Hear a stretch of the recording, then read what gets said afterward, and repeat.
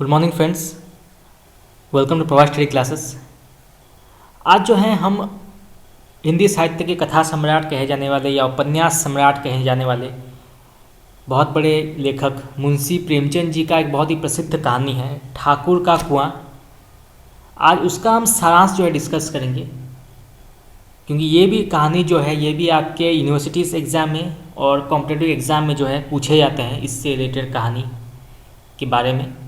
तो आज जो है हम सिर्फ सारांश पढ़ेंगे, परंतु इसके और भी बहुत सारे पार्ट्स हैं, जैसे कि आप कह सकते हैं जैसे कि पात्र परिचय और देशकाल या वातावरण, प्रस्तावना, संदर्भ, इसके और भी बहुत सारे पार्ट्स हैं, उद्देश्य। तो अगर आप चाहते हैं कि वो भी मैं आपको पढ़ाऊँ तो आप मुझे कमेंट करके बता सकते हैं। तो हम पार्ट वाइज जो है हर चीज़ को पढ़ेंगे तो आपको आसानी से जो है समझ में आ जाएगी। और अगर आप चाहते हैं कि मैं आपको पूरा स्टोरी पढ़ाऊँ तो भी आप मुझे बता सकते हैं कमेंट बॉक्स में, तो जो है मैं पूरा स्टोरी आपको पढ़ा दूंगा। तो आज जो है सारांश पढ़ेंगे ठाकुर का कुआं का सारांश। तो चलिए शुरू करते हैं। जोखू गांव के गरीब वर्ग का व्यक्ति है। याद रखिएगा कैरेक्टर का नाम है वो है जोखू। हमेशा एक चीज़ याद रखिए कि मुंशी प्रेमचंद जी के जितने भी उपन्यास होते हैं या कहानियाँ होती हैं उसमें जो कैरेक्टर्स होते हैं उनके नाम आप याद रखिए, क्योंकि 100% मैं आपको ये कह सकता हूँ कि प्रेमचंद जी से रिलेटेड जितने भी क्वेश्चंस आते हैं उसमें कैरेक्टर्स के नाम ही पूछे जाते हैं, 100% पूछे जाते हैं। तो आप कैरेक्टर्स के नाम याद रखिए। जोखू गांव के गरीब वर्ग का व्यक्ति है। वो कई दिन से बीमार है। रात में उसे प्यास लगती है, गला सूख रहा होता है। वो अपनी पत्नी गंगी से पानी मांगता है। अब दूसरा कैरेक्टर का नाम है गंगी। ये जो है ये जोखू की पत्नी है। गंगी पानी देती है, परंतु जैसे ही जोखू उसे पीने के लिए मुंह से लगाता है तो बड़ी तेज बदबू आती है। ये जो कहानी है ठाकुर का कुआं, इसमें जाति प्रथा से के बारे में कहा गया है। और मुंशी प्रेमचंद जी जो हैं वो एक आदर्श उन्मुख यथार्थवाद लेखक माने जाते हैं। तो उस ज़माने में यानी कि पुराने ज़माने में जो गरीब लोगों के साथ शोषण, अत्याचार, जो दमन होता था वो दिखाते हैं प्रेमचंद जी अपने इस कहानी में। तो जब जोखू पानी जो है मुंह में लगाता है तो तेज बदबू आती है। गंगी देखती है तो उसे भी बदबू आती है। वो कहती है कि लगता है कुएं में कोई जानवर गिरकर मर गया है। ये पानी पीने लायक नहीं है, इस पानी से बीमारी बढ़ जाएगी। तो पी नहीं सकते वो पानी, क्योंकि बहुत ही तेज बदबू आ रही है और ऐसा लग रहा है कि जैसे कोई जानवर मर गया है। थोड़ी देर बाद जोखू कहता है कि अब प्यास से नहीं रहा जाता, ला वही पानी नाक बंद करके पी लूँ। पति की अधीरता देख गंगी कहती है कि मैं दूसरा पानी लाने जाती हूँ। जोखू कहता है कि दूसरा पानी कहाँ से लाएगी। गंगी कहती है कि ठाकुर और साहू के 2 कुएं हैं, क्या एक लोटा पानी ना भर देंगे। जोखू कहता है कि हाथ पांव टुरवा आएगी तो कुछ ना होगा। तो यहाँ पे जो है इस कहानी से मैं आपको बता दूँ कि असल में ये कहानी है क्या। तो पुराने ज़माने में जो है जाति प्रथा का बहुत महत्व था। सवर्ण होते थे और अछूत होते थे। समाज ने जो है उनको ऐसे भाग में डिवाइड किया था। तो सवर्ण जो लोग होते थे उनको उनकी चीज़ों को छूने का अधिकार अछूत लोगों को या छोटे लोगों को नहीं था, या किसी प्रकार के सांस्कृतिक, सामाजिक, आर्थिक किसी प्रकार के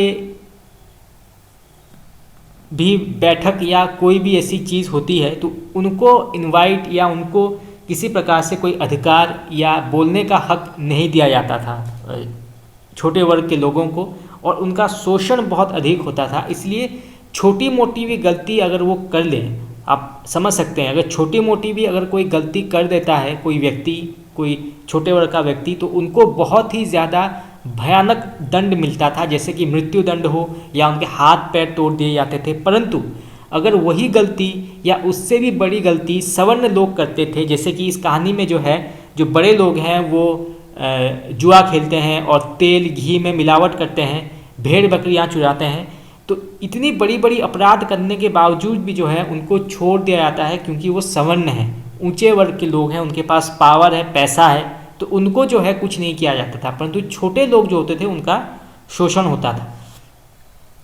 बैठ चुपके से गंगू जो है, जो जोखू है, वो अपने पत्नी को वहाँ जाने से मना करता है, साहूकार और ठाकुर के यहाँ। गरीबों का दर्द कौन समझता है, हम तो मर भी जाते हैं तो कोई द्वार और झांकने नहीं आता है, ऐसे लोग कुएं से पानी भरने देंगे। रात के 9 बजे जब सारे गांव में अंधेरा छा गया और लोग प्राय सो गए हैं, तो वो घड़ा रस्सी लेकर ठाकुर के कुएं पर पानी भरने जाती है। परंतु उस समय भी कुछ निठल्ले लोग ठाकुर के दरवाजे पर बैठे रहते हैं। वो उनके जाने का इंतजार करती हुई जगत की आड़ में छुपी बैठी रहती है। इतने में ठाकुर परिवार की 2 स्त्रियां कुएं पर पानी भरने आ जाती हैं।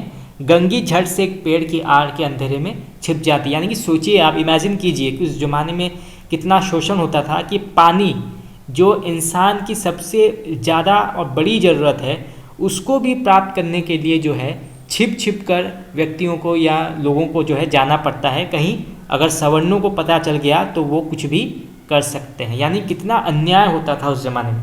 स्त्रियां पानी भरकर वापस चली जाती हैं। ठाकुर के दरवाजे पर बैठे निठल्ले भी अपने अपने घर को चले जाते हैं। ठाकुर भी दरवाज़ा बंद कर अंदर सोने के लिए चला जाता है। गंगी चुपचाप बहुत सावधानी से दबे पांव जगत पर बढ़ती है। रस्सी का फंदा घड़े में डालकर उसे इतने धीरे धीरे कुएं में डुबोती है कि जरा सा भी शब्द ना हो। घड़े के भर जाने पर जल्दी जल्दी परंतु अत्यंत सावधानीपूर्वक उसे ऊपर खींचती है। मतलब आप सोचिए कितनी वो डरी हुई है गंगी, क्योंकि उसे मालूम है कि अगर वो पकड़ी गई तो कुछ भी हो सकता है, कुछ भी अपराध, कुछ भी जो है सज़ा उसको मिल सकती है। घड़ा कुएं के मुंह तक ऊपर आ जाता है। गंगी घड़े को पकड़ने के लिए जैसे ही झुकती है, ठीक उसी समय ठाकुर साहब का दरवाज़ा खुल जाता है। घबराहट के कारण गंगी के हाथ से रस्सी छूट जाती है और घड़ा धड़ाम की आवाज़ के साथ रस्सी सहित कुएं में गिर जाता है। उधर से ठाकुर की आवाज़ कौन है सुनाई देती है। गंगू तुरंत कुएं की जगत से कूदकर भागती है। उसे अब यह भय है कि अगर वो कहीं पकड़ी गई तो पूरा ठाकुर मोहल्ला उसे मारकर अधमरा कर देगा। किसी प्रकार वो भागकर घर आती है और घर आने पर देखती है कि जोखू वहीं मैला, गंदा और बदबूदार पानी पी रहा है। तो आखिर में वही होता है जिसका डर था गंगी को कि कहीं मेरा पति जो है वो गंदा पानी ना पी ले, परंतु प्यास इतनी थी कि अब उससे रहा नहीं गया और वही गंदा पानी जो है वो पी लेता है।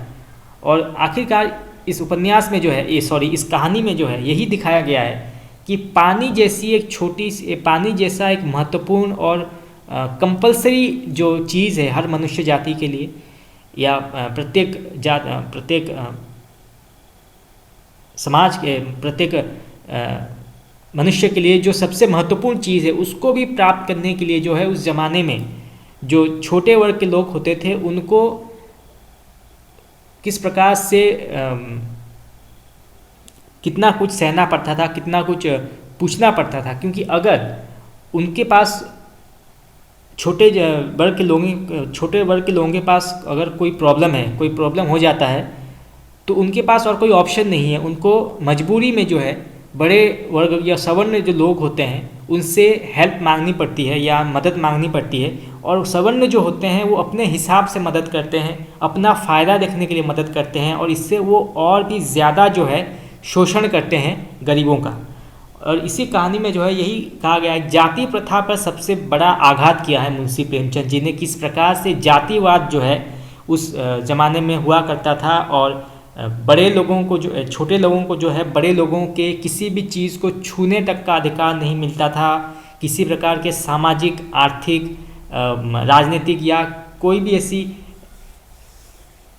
जब कुछ होता था तो उसमें भी उनको शामिल नहीं किया जाता था। उनको समाज का एक बहुत ही कोई पार्ट ही नहीं माना जाता था, या कह सकते हैं कि उनको बिल्कुल दरकिनार कर दिया जाता था किसी भी फंक्शन से। तो इसी कहानी में जिस कहानी में यही बताया गया है, प्रेमचंद जी ने यही बताया है। तो इसी के साथ जो है हमारा सारांश जो है यहाँ पे कंप्लीट हुआ। परंतु अगर आप चाहते हैं कि मैं आपको पात्र परिचय और पर्यावरण, देश काल और पर्यावरण, उद्देश्य, प्रस्तावना भी पढ़ाऊँ तो आप मुझे कमेंट करके बता सकते हैं। और अगर आप चाहते हैं कि मैं आपको पूरा स्टोरी पढ़ाऊँ, जो कि बहुत ही इंटरेस्टिंग स्टोरी है, आपको पढ़ने में अच्छा लगेगा और एग्जामिनेशन में पूछा जाता है इससे रिलेटेड क्वेश्चन, अगर आप चाहते हैं कि वो भी मैं आपको पढ़ाऊँ तो आप मुझे कमेंट कर सकते हैं। तो आज के लिए इतना ही। आप लोगों को कैसा लगा क्लास आप मुझे बता सकते हैं। Thank you very much.